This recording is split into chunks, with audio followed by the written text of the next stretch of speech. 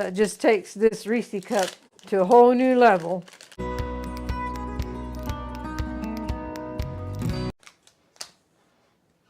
Howdy folks, I'm Martha and I welcome you to Hirschberger's Miracle Homestead. We're having kitchen action today that would be fun and exciting to do with your children or your grandchildren. And that is because it is involving Ritz crackers and Reese cups. And what is the name? We are naming it the Ritzy Reeses. It's a yummy, delicious little Ritzy Reese. Last week I had this filmed and all ready to edit, and Dorothy sat down to edit it, and there was absolutely no sound, and that was my fault. I did not have a setting correct on the camera, and rather than do a long voiceover, I thought I would just redo the video because it's a delicious, yummy little snack. We will enjoy it. We can always give it away. I'm going to bring you in and show you the ingredients that we need for the Ritzy Reeses. I think I already told you it's two ingredients, and that is the Ritz crackers and the Reese cups. Now I got the snack size here. You want the flatter Reese cup. You don't want the fat ones. And one thing I learned from making it the other time, I used the king size Reese cups, and that made it almost, these were almost too big, but I thought I'd go ahead and make a few so we can compare. Okay. We are ready to assemble it, and I will just set those aside. I'm going to bring in the pans that we're going to make them on.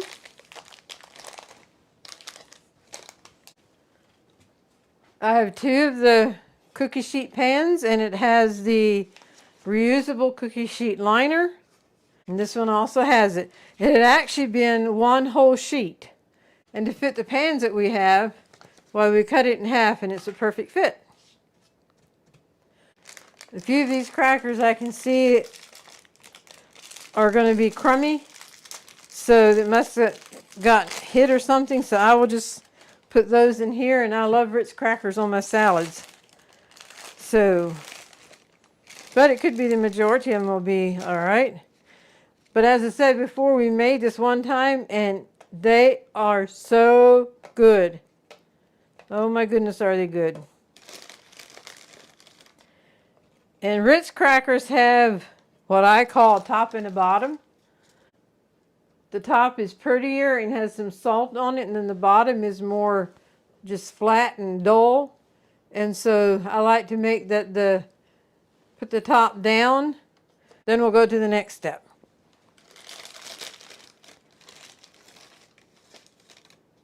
Okay, here's a bunch of them that are crushed. Go behind those.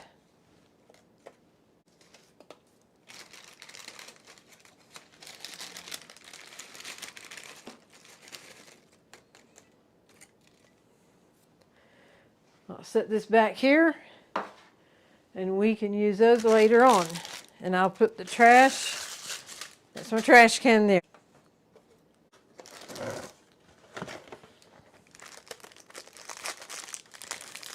I probably never would have ever made these if it wouldn't be that we do YouTube videos. And actually my niece, who's been a great supporter of our channel, she sent us this recipe and said, hey, you might want to try this. So thank you, and we are trying it. We're not done with the crackers yet, so I'll just let them there.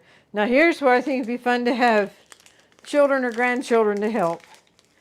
Open up the Reese cups. Get rid of the trash. Take the wrap off. And put that on top of the Ritz cracker.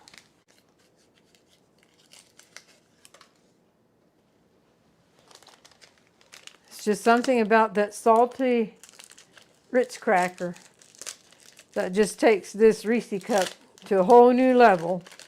Or it's the Reese cup that takes this Ritz cracker to a whole new level.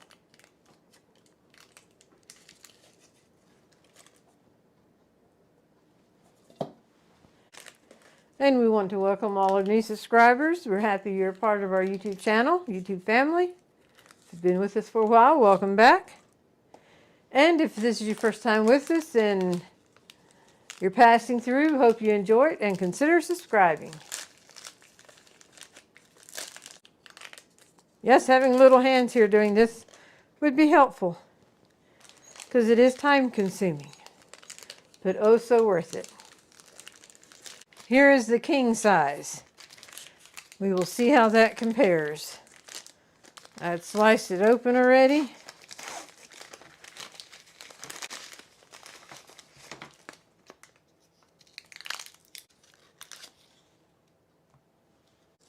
As I mentioned, my niece sent us this recipe and said we might want to try it. It looks delicious.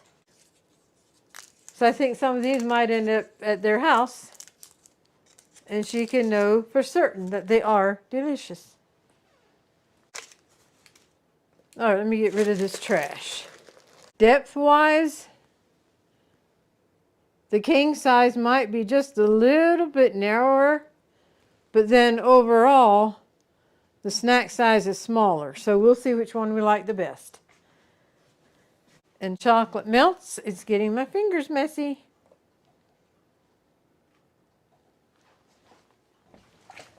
Now, this is the crazy part. It goes in the oven. The oven is preheated to 350.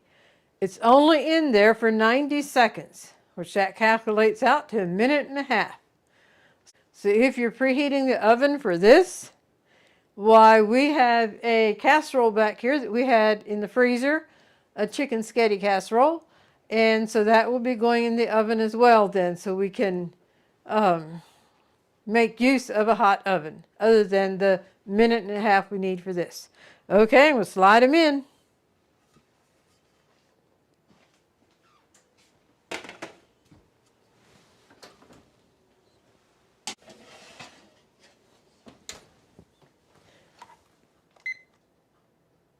Remember I said chocolate melts, and that's what's happening in there right now. This looks like a good sleeve of crackers, none of them that are crushed, because we will need them immediately when those come out of the oven.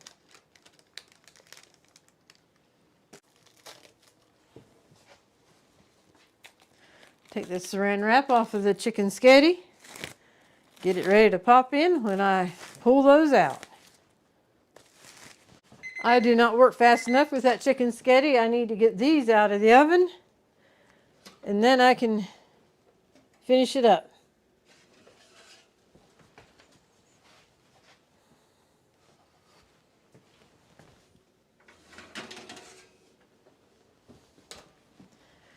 Okay, I'm going to pull you in while we finish this up, so you can see what it looks like now. As you can see, the chocolate has melted. And so take another Ritz cracker, apply a little bit of pressure, not much, but that will help the chocolate adhere to the cracker.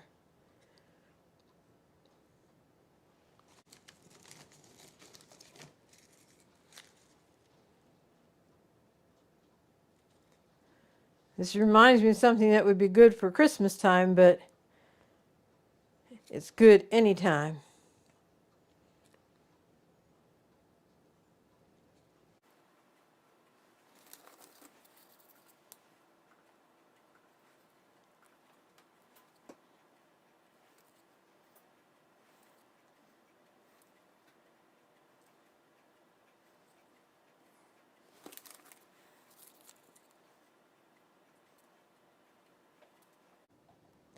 So 90 seconds is what this chocolate needed it to get the perfect consistency to add the top cracker on. Okay. Now what I'm going to do, pull this down. I have a cooling rack here, and I will just pick up the cracker and move it over to the cooling rack.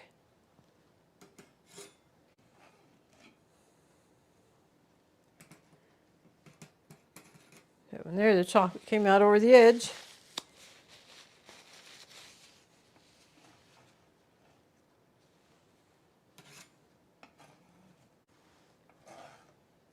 I could just pick them up with my hand probably, but with a soft chocolate, that would make a mess. Yeah, the pan is very manageable just like that.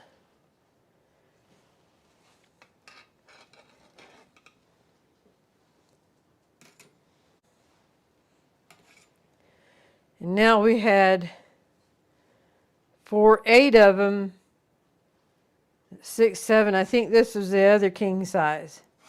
But the chocolate comes out over the edge more. That's what I didn't like about it, because it made it messier. So I thought, well, I'm going to get that snack size and see how that works.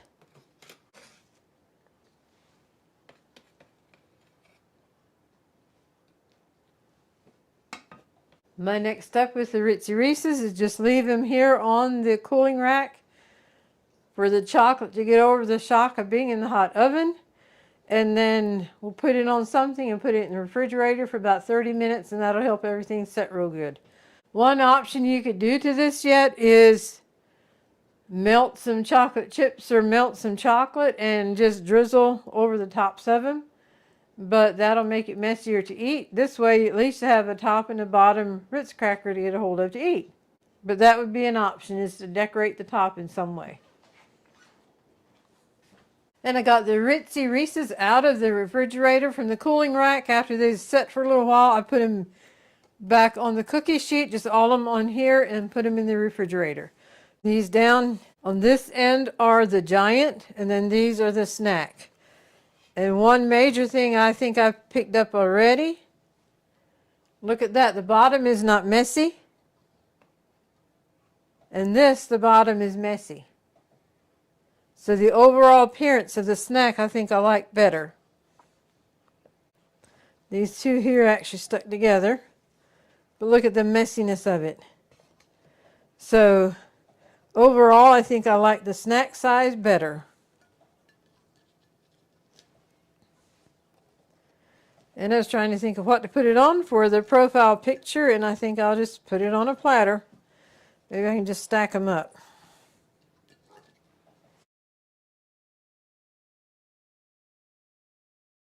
And there we have the Ritzy Reeses. And now while I have you down here yet, I'm going to cut one open.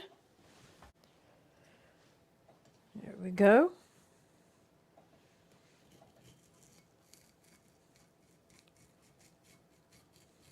Trying to do it slowly and gently so the cracker doesn't... There we go. And what have we got? A Ritz cracker, Reese cup, and another Ritz cracker makes up the Ritzy Reeses.